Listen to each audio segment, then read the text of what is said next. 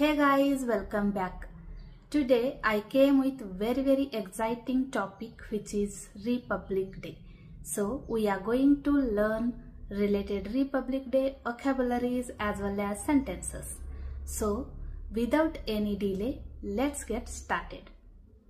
Republic Day means in Marathi ಪ್ರಜಾಸತ್ತಾಕ ದಿನ. Republic Day ಎಂದರೆ ಗಣರಾಜ್ಯೋತ್ಸವ.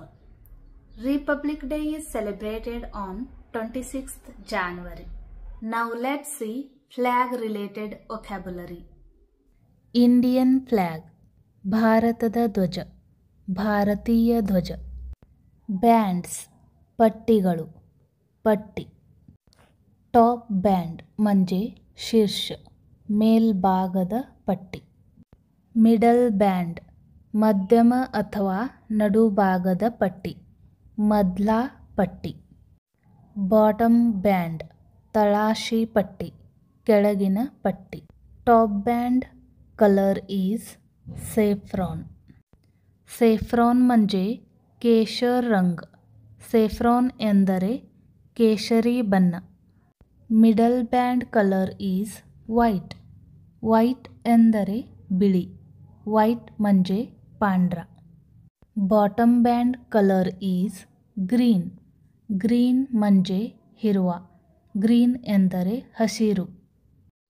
The color of the Indian flag represents the country is saffron color. It indicates strength. Strength means shakti.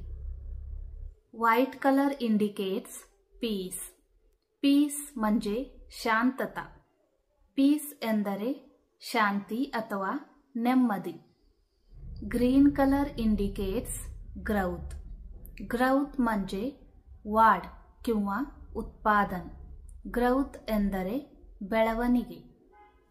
This is called wheel of law. Wheel of law म्हणजे अशोक चक्र. Wheel of law, it regrets constant movement and progress. These lines called in English spokes. There are 24 spokes. Flag hoisting म्हणजे ಧ್ವಜಾರೋಹಣ. Flag hoisting ಎಂದರೆ ಧ್ವಜಾರೋಹಣ. Flag unfurling म्हणजे ಧ್ವಜ फडकवणे. Democracy म्हणजे लोकशाही. ಡೆಮೋಕ್ರಸಿ ಎಂದರೆ ಪ್ರಜಾಪ್ರಭುತ್ವ. ಕಾನ್ಸ್ಟಿಟ್ಯೂಷನ್ संविधान. सॅल्यूट म्हणजे सलाम, नमस्कार अथवा वंदने. पेट्रियोट देशप्रेमी. पेट्रियोट म्हणजे देशभक्त. परेड और प्रोसेशन ಎಂದರೆ ಮೆರವಣಿಗೆ, म्हणजे मिरवणूक. कल्चरल प्रोग्राम्स म्हणजे सांस्कृतिक कार्यक्रम, ಎಂದರೆ सांस्कृतिक ಕಾರ್ಯಕ್ರಮಗಳು. So let's see examples one by one. The national flag is hoisted on Republic Day by the Prime Minister. प्रजासत्ताक दिन पंतप्रधानांच्या हस्ते राष्ट्रध्वज फडकवला जाते. ಗಣರಾಜ್ಯೋತ್ಸವ ದಿನದಂದು ಪ್ರಧಾನಮಂತ್ರಿಯವರು ರಾಷ್ಟ್ರಧ್ವಜವನ್ನು ಹಾರಿಸುತ್ತಾರೆ. At a flag ceremony, he says the pledge of allegiance in the presence of flag. ध्वज समारंभात तो ध्वजाच्या उपस्थितीत निष्ठेची प्रतिज्ञा म्हणतो.